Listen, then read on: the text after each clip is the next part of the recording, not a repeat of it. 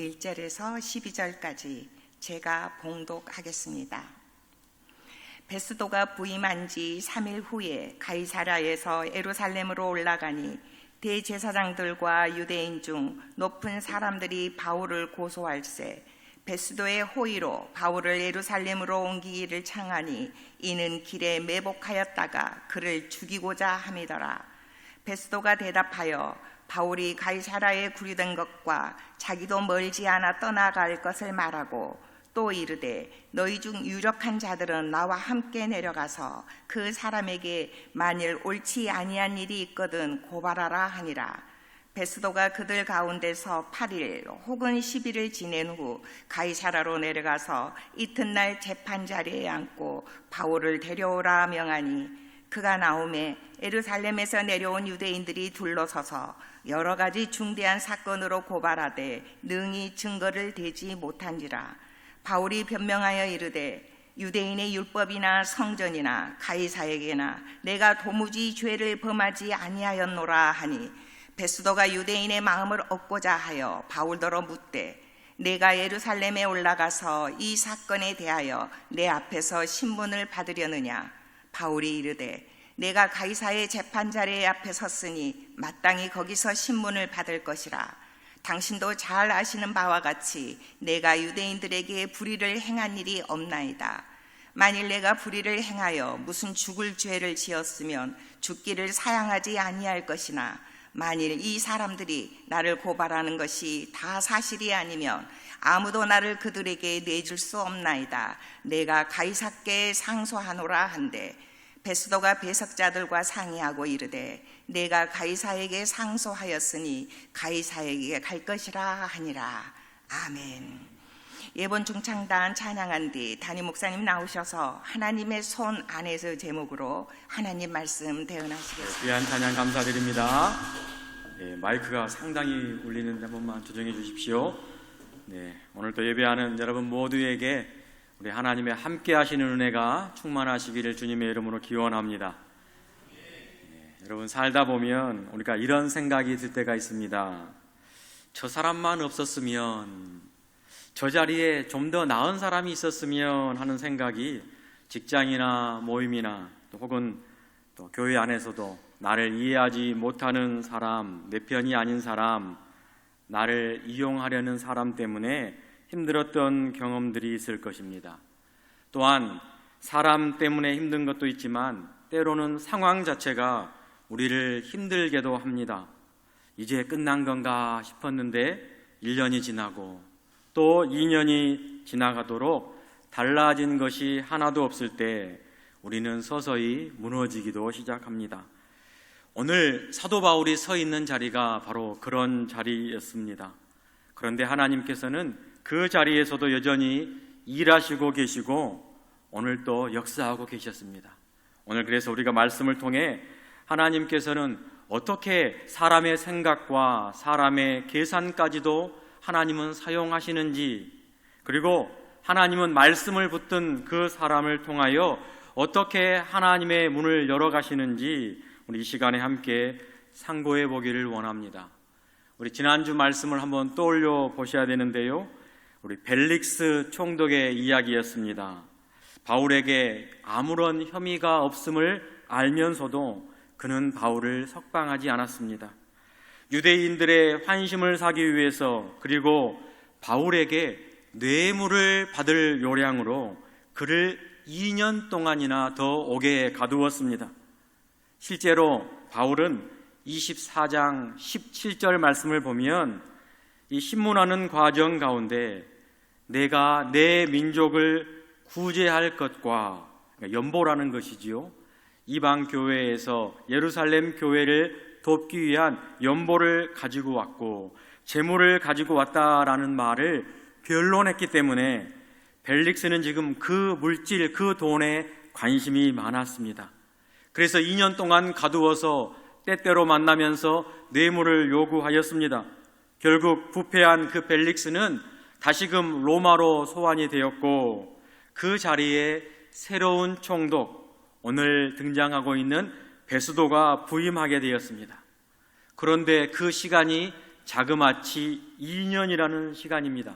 아무런 죄도 없고 혐의도 없었는데 갇혀있는 시간이 2년이었습니다. 그 시간 동안 바울은 어떤 생각을 하였을까? 아마도 하나님이 어디 계실까? 하나님은 지금 어디 계시는가? 내가 로마로 가서 복음을 전해야 하는데 그 말씀은 아직도 유효한가? 언제까지 이 옥에서 기다려야 하는가? 지금 24장에서 25장으로 넘어오면서 2년의 시간이 흘러가 버렸습니다. 새로운 이 베스도 총독은 부임한 지 3일 만에, 사흘 만에 지금 가이사랴에서 예루살렘으로 올라왔습니다. 저자인 누가는 그 시간과 장소를 정확하게 기록을 해놓았는데요. 여러분 잘 생각해 보십시오. 이 총독은 로마에서 파송을 합니다. 로마에서 파견된 총독이 가이사랴로 오는 길, 그 길만 배를 타고 와야 하는데 최소한 2주에서 3주가 걸린다고 합니다. 배도 요즘 같은 배가 아니지 않습니까? 노를 젓거나 돛을 달아서 오는 배인데 거의 보름 이상 걸려서 로마에서 지중해인 가이사랴까지 왔는데 도착하자마자 요독이 풀리지 않은 상태에서 3일 만에 또 육로로 100km가 넘은 그 거리 예루살렘까지 또 한 번 이동을 한 것입니다. 단순히 인사차 방문한 것이 아니었습니다. 이 베스도 총독은 부임하자마자 유대 지도층과의 그 관계를 맺기 위해서 그들과의 관계가 잘 맺어져야지 이 통치가 잘 된다는 것을 알았기 때문에 철저히 계산된 그의 첫 행보였습니다. 배를 타고 2주, 3주를 왔는데 또 육로로 100km를 걸어가서 예루살렘에서 유대인을 만나겠다? 그는 철저하게 계산된 행보였습니다. 반면에 예루살렘에 있었던 유대 지도자들, 새로 부임한 총독이 예루살렘에 방문하겠다라고 하는데 그 목적을 그들도 이미 알고 있었습니다. 그래서 2절에 보면 대제사장들과 유대 지도층이 이 기회에 또다시 바울을 고소합니다. 그러면서 한 가지를 새로운 총독에게 또 요청을 하는데요. 3절을 보시면 그 요청에 나와 있습니다. 베스도의 호의로, 총독의 호의로 가이사랴에 지금 구금되어 있는 바울을 다시금 우리 쪽으로 예루살렘으로 이송해 주십시오라는 청탁을 새로운 총독에게 하고 있습니다. 그 이유가 무엇입니까? 또 이송 중에 매복하였다가 또 바울을 죽이려는 계획을 가지고 있었기 때문에 그렇게 청탁을 하였습니다. 생각해 보십시오. 옥에서 2년이라는 시간 동안 갇혀 있었고 총독이 새롭게 바뀌었습니다. 그런데도 유대 지도자들, 대제사장을 비롯한 그들은 바울을 여전히 암살하라는 계획에 변함이 없었습니다. 왜 그렇습니까?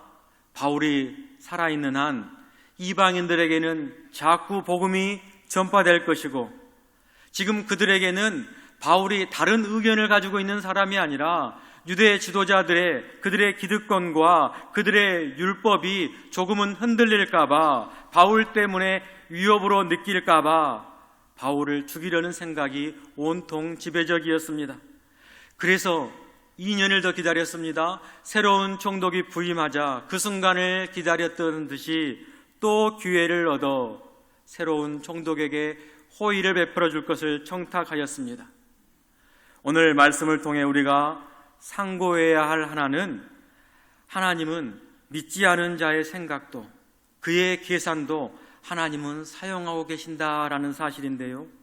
베스도 총독은 하나님을 모르는 사람이었습니다. 그는 오직 자신의 자리, 그 총독의 지위를 지키려는 데에 온 힘을 다했던 사람입니다. 그런데 그 모습도 하나님의 손에 의해 지금 사용되고 있는 과정 가운데 있습니다. 청탁을 받기는 받았지만 4절과 5절에 보시면 조만간 나는 다시 가이사랴로 돌아갈 때에 너희 유대인들 중에서 유력한 자가 있으면 나와 함께 동행해서 다시 가이사랴로 가서 바울에게 잘못한 것이 있으면 그때 다시 정식으로 고발을 하라 라고 하면서 바울의 예루살렘의 이송을 그냥 나는 가이사랴에서 재판을 하겠다라고 그들의 청을 거절하였습니다. 왜 새로운 총독 베스도가 그들의 요청을 거부했을까? 바울을 돕기 위해서? 절대 아니죠. 이미 그는 부임하기 전에, 로마에서 오기 전에 바울의 사건을 이미 다 알고 왔습니다. 그가 혐의 없었는데도 지금 이 앞전 총독 벨릭스 총독이 2년 동안 가두어 놓았다는 것을 충분히 알고 왔습니다. 로마 법에 능통했기 때문에 법상 바울에게 아무런 혐의가 없음도 다 알고 있었습니다. 그런데 이 유대인들이 호의를 베풀어 달라고 청을 하자 무조건 들어줬다가는 또 자신의 총독의 자리가 불리하게 작동할까 봐, 그것이 자기의 빌미가 될까 봐 정치적인 판단을 해서 그들의 청을 무시해버린 거였습니다. 바울을 도우려고 한 결정이 절대 아닙니다.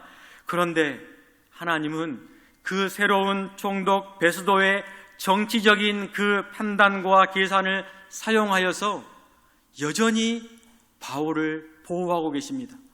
만약에 그 청을 들어줬다면 또 매복하였다가 바울을 살해하고 없애버리는 계획이 있었는데 그의 정치적인 계산을 하나님이 사용하셔서 바울을 지켜주셨습니다. 그러므로 말미암아 바울에게 주어진 사명이 있지요. 로마에게 가서 복음을 증거해야 하리라라는 그 하나님의 사명을 하나님은 지금 여전히 이끌고 계시는 중이었습니다. 여러분, 우리의 삶 속에서도 이러한 순간들이 있지 않습니까? 나를 도우려는 마음이 전혀 없는 사람, 오히려 자기의 이익만을 계산하려는 그 사람을 통해 우리 하나님은 나를 지키시고 계시는 경험들 말입니다. 베스도는 정치적인 계산을 하였지만 이미 그 계산도 하나님의 손 안에 있었습니다. 베스도는 며칠간 그 예루살렘의 일정을 다 마치고 다시 가이사랴 자기의 관저로 내려갑니다.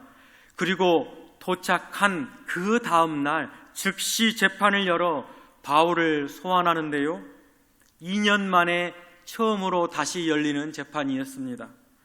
유대인들과 그 유대인들의 유력한 자들과 함께 내려왔기 때문에 그들에게 무언가 호의를 베풀려고 이번에 바로 도착하자마자 재판을 열게 된 것입니다.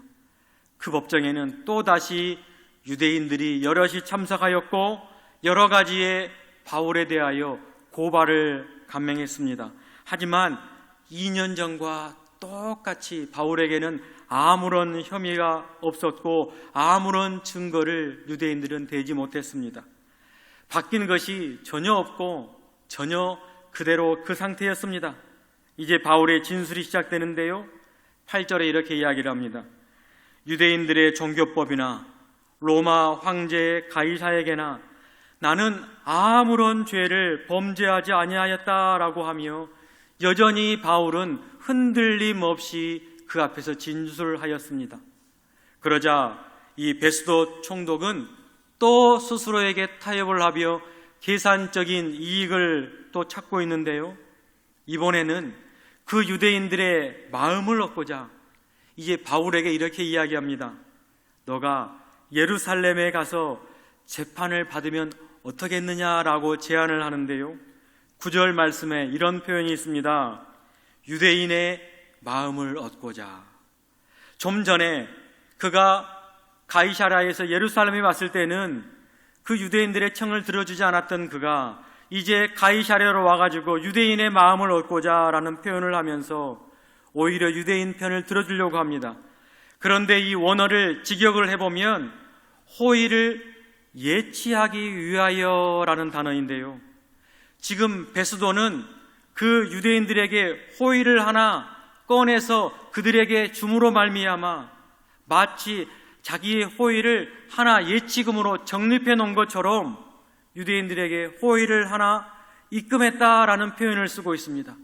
이것이 바로 베스도 총독의 또 철저한 계산 가운데 하나였습니다.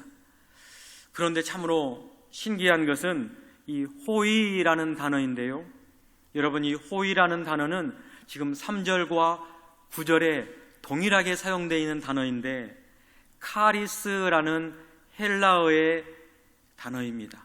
카리스, 여러분 카리스마라는 단어 많이 들어봤죠? 거기에 대한 원어 어원인데요, 이 카리스는 은혜를 뜻하는 말입니다. 은혜입니다. 은혜. 앞선 3절에서는 유대인들이 총독에게 호의를 베풀어 달라라고 청했을 때 사용한 단어가 이 카리스, 은혜를 베풀어 달라라고 하였습니다. 또한 9절에도 이 총독이 유대인들에게 이 은혜를 하나 정립해 놔서 나중에 필요할 때 쓰려는 모양으로, 요량으로 그 사용한 단어가 바로 카리스, 은혜였습니다. 좋은 단어이지요. 하나님의 은혜라고 할 때 카리스라는 단어인데요, 지금 한쪽에서는 그 은혜라는 카리스는 단어를 음모를 위한 청탁의 은혜라는 단어를 사용하였고, 또 다른 한쪽에서는 권력을 위한 투자 가운데 은혜라는 단어를 지금 사용하고 있습니다. 그러나 오늘 25장 이 전체에 흐르고 있는 이 재판 가운데 그 중심에는 이들이 속하고 이들이 말한 은혜가 아니라 하나님의 진정한 카리스, 하나님의 은혜가 지금 작동하고 있습니다. 하나님은 바울에게 로마로 가서 복음을 증거하겠다라는 그 약속, 그 사명이 하나님의 온전한 은혜였습니다. 그래서 이 은혜는 조건이 바뀌지만 사라지지 않은 은혜였습니다. 하나님의 카리스는 인간들이 살해하려는 음모가 있고, 총독이 또 한 번 새롭게 바뀌었고, 바울을 로마로 이끄는 그 순간에 하나님은 그 은혜를 한 번도 잊어버리지 않고 상실하지 않은 채 하나님께서는 여전히 그 은혜 가운데 지금 이 사건들이 진행되도록 하나님의 손안에 있음을 기억하도록 오늘 이끌고 계십니다. 그러므로 또 다른 주제는 하나님은 하나님의 말씀을 붙든 사람을 사용하고 계신다라는 것입니다. 2년이 지나도 바울은 흔들리지 않은 이유가 그에게는 있었습니다. 상황이 아니라 말씀을 붙들고 있었기 때문인데요, 우리가 잘 알고 있는 말씀입니다. 이미 우리가 함께 살펴본 말씀인데 사도행전 23장 11절 말씀, 바울이 처음 예루살렘에 와서 체포되던 날 밤 주님께서 바울 곁에 서서 말씀하셨습니다. 담대하라. 여러분 기억하고 계시지요? 담대하라. 내가 예루살렘에서 나의 일을 증언한 것 같이 로마에서도 증언하여라 하리라. 이 말씀을 첫날 감옥에 구금했을 때 우리 주님이 나타나셔서 바울에게 담대하라라고 말씀하시는 그 음성이었습니다. 그 말씀 때문에 바울은 2년이라는 구금 생활 동안 흔들리지 않고 그 말씀이 그를 붙들어 주었습니다. 상황이 변해도, 총독이 바뀌어도 그 말씀은 여전히 변하지 않았습니다. 바울에게 그 2년의 구금의 생활, 시간적으로 보면 낭비일 수도 있지만 하나님의 계획 가운데는 전혀 낭비가 아니었습니다. 오히려 주님의 말씀이 더 굳건해지는 시간이 그 2년의 시간이었습니다. 여러분, 우리에게도 이런 시간이 찾아온다면 여러분은 이러한 시간을 어떻게 이해하시겠습니까? 얼마 전에 인근 지역에 목회자의 북 콘서트가 하나 열렸는데요, 제가 가까이 있어서 한번 참여해 보았습니다. 그 내내 한 2시간 동안 강의를 듣고 이 책에 대한 내용을 답해 주셨는데, 개척교회를 섬기는 한 분의 목사님이셨습니다. 그의 인생 가운데 26권의 책을 다 출간을 하고 집필하셨는데요, 그분이 자기의 책을 다 소개한 후에 마지막에 딱 한마디를 우리 목사님들에게 남깁니다라고 당부의 말씀을 했는데요, 이런 말씀을 했습니다. 목사님들, 목회하는 시간은 흘러가는 시간이 아닙니다. 하늘에 차곡차곡 쌓아가는 시간들입니다 라고 하면서 개척교회를 섬기며 26권의 책을 집필한 그가 목회자들에게 그 시간이 낭비된 시간이 아니라 하늘에 쌓아져가는 시간입니다 하며 함께 우리가 쌓아갑시다 라고 하며 그의 강의를 마쳤는데요, 오늘 본문을 묵상하면서 그 2주 전에 들었던 그 말씀이 자꾸 머릿속에 맴돌았습니다. 사랑하는 성도 여러분, 여러분의 신앙의 생활 가운데, 여러분이 믿음 생활하는 순간 가운데 이 모든 한 시간 한 시간은 지나가는 시간이 아닙니다. 낭비되는 시간이 아니다라는 것입니다. 여러분의 모든 궤적, 그 행동은 하늘에 쌓이는 시간임을 늘 기억하시고, 오늘의 바울의 모습처럼 하나님의 말씀을 붙들기를, 또한 그 붙듦이 2년이 지나가도록 흔들리지 않기를 주님의 이름으로 간곡히 부탁을 드립니다. 우리를 둘러싼 여러 가지 상황은 쉽게 변하지 않습니다. 옳은 길인데도 알아주지도 않고 억울한데도 그 시간은 길어지기만 할 뿐입니다. 오히려 그러한 환경이 우리를 흔들 때도 많이 있습니다. 이때 우리가 서 있어야 할 자리, 그 자리는 상황을 피하는 자리가 아니라 바울처럼 말씀을 붙잡는 자리가 되어야 할 줄 믿으시기를 바랍니다. 우리가 신앙생활을 하는 이유는 지적처럼 그러한 상황이 완전히 180도 변해버리는 요행을 바라는 것이 아니라, 그러한 상황이 있음에서도 불구하고 언약 안에 흔들림이 없는 게 바로 우리의 믿음 생활이 되어야 한다라는 말씀입니다. 오늘 바울은 그가 있는 곳, 그가 서 있는 곳이 환경은 그렇지 못할지라도 바로 그런 자리였습니다. 그리고 그 자리에서 드디어 역사적인 한 말을 통하여 하나님의 역사가 이어져감을 바울은 이야기하고 있는데요, 그 말씀이 바로 11절의 말씀입니다. 우리 바울의 심정으로 11절의 말씀은 다 같이 함께 읽어보도록 하겠는데요, 11절 말씀입니다. 찾으셨으면 함께 읽어보겠습니다. 시작. 만일 내가 불의를 행하여 무슨 죽을 죄를 지었으면 죽기를 사양하지 아니할 것이나, 만일 이 사람들이 나를 고발하는 것이 다 사실이 아니면 아무도 나를 그들에게 내줄 수 없나이다. 내가 가이사께 상소하노라 한대. 아멘. 마지막 마디, 가이사에게, 로마의 황제에게 상소하노라, 이 한마디가 앞으로 사도행전 이 이후의 모든 방향을 결정하게 되었습니다. 로마의 시민권을 가진 그 바울이 황제에게 자신의 이 문제에 대하여 직접 재판을 요청해 권한이 있기 때문에 그것을 지금 행사하겠다라고 말하는 것입니다. 바울이 지금 그 권리를 사용하겠다는 것입니다. 생각해 보십시오. 만약 베스도 총독이 새로 부임하여 공정하게 판결을 내렸다면 바울은 석방되었을 것입니다. 그러나 베스도의 정치적인 계산 때문에 지금 가이사라게까지, 로마 황제에 가서 그의 모든 재판을 다시 한번 상소하게 되었고, 결국은 로마로 가는 문이 열리게 되었다라는 사실입니다. 베스도는 자신의 이익을 위하여 살았던 사람입니다. 그러나 하나님은 그의 이익, 그의 정치적인 계산, 그의 판단까지도 다 사용하였습니다. 그래서 그의 모든 계산이 하나님의 계획을 실현하려는 도구가 지금 되어버렸다라고 오늘 본문은 증언하고 있습니다. 오늘 본문 마지막 절에 베스도가 배석자들과 상의하고 이르되 내가 가이사에게 상소하였으니 가이사에게로 갈 것이라. 드디어 로마로 갈 수 있는 길을 이 베스도 총독이 열어주었습니다. 베스도는 더 이상 거부할 수가 없었습니다.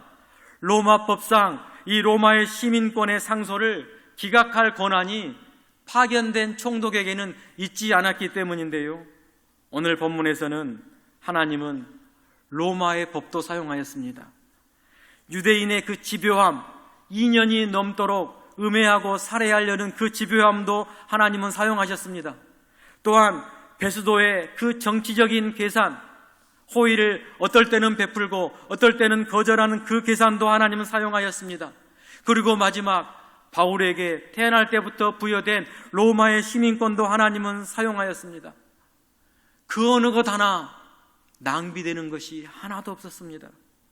오늘 우리는 베스도와 이 바울을 통해 하나님의 섭리를 지금 보고 있습니다. 베스도는 하나님을 믿는 사람이 아니었습니다. 그의 행동은 바울을 도우려고 한 행동이 전혀 아니었습니다. 그는 자신의 자리를 지키려고 했던 한 총독이었을 뿐입니다. 유대인과의 좋은 관계를 맺으려고 했던 하나의 호의였습니다. 그는 정치가였습니다. 하지만 하나님은 그 사람도 하나님은 사용하고 계셨습니다. 그의 판단도, 그의 계산도, 그의 타협도 모두가 다 하나님의 계획 안에, 하나님의 손 안에서 사용되었습니다. 또한 바울도 2년이라는 시간, 그냥 흘러가는 시간이 아니었습니다. 아무런 죄도 없었는데 갇혀있는 시간, 상황도 바뀌지도 않았습니다. 환경도 달라지지도 않았습니다. 그런데 바울은 말씀 때문에 흔들리지 않았습니다. 왜냐하면 그 약속의 말씀을 붙들고 있었기 때문입니다. 우리 성도 여러분, 우리도 살아가면서 때로는 베스도와 같은 사람을 만나기도 합니다. 나를 이용하려는 사람, 내 편이 아닌 사람, 나를 힘들게 하는 사람, 내 인생을 맡고 있는 것처럼 보이는 사람을 만나기도 합니다. 그러나 오늘 우리에게 주신 말씀은 우리에게 그 사람도 하나님의 손 안에 있다라고 말씀하고 계심을 이 아침에 다시 한번 묵상해 보시기를 바랍니다. 하나님은 좋은 사람이 오기를 기다리지 않으십니다. 하나님은 완벽한 환경이 만들어지기를 기다리지 않으십니다. 지금 이 자리에서, 지금 여러분이 처해 있는 이 환경에서 우리가 만나고 있는 모든 사람들과의 관계 가운데서도 이미 하나님은 일하시고 계신다는 사실입니다. 지금 여러분은 어떤 위치, 어떠한 환경에 서 계십니까? 아니면 어떠한 문제가 긴 기다림 가운데 여러분이 서 계십니까? 하나님의 계획은 어떠한 순간에도 단 한 번도 멈춘 적이 없다는 사실을 꼭 기억하시기를 바랍니다. 이것을 믿는 것이 바로 진정한 믿음입니다. 그리고 그 믿음은 지금 이 순간에도 하늘에 차곡차곡 쌓아져 가고 있음을 여러분들이 기억하시기를 주님의 이름으로 축원합니다. 오늘 이 자리에, 이 아침 시간에 앉아서 예배하며 말씀을 듣는 이 시간도 절대로 낭비가 되는 시간이 아님을 기억하시기를 바랍니다. 여러분이 잠깐 드리는 그 기도, 그 한마디의 기도도 절대로 낭비되는 것이 아니라 하나님에게 차곡차곡 쌓이는 줄 믿으시기를 바랍니다. 우리 여천중앙의 성도 여러분 모두가 오늘 사도 바울이 오늘 새로운 2년 만에 열었던 이 법정에서 우리에게 보여주신 것처럼 우리도 하나님의 약속을 굳건히 붙잡고 그 믿음으로 또 세상 가운데 나아가 한 주간을 살아가시기를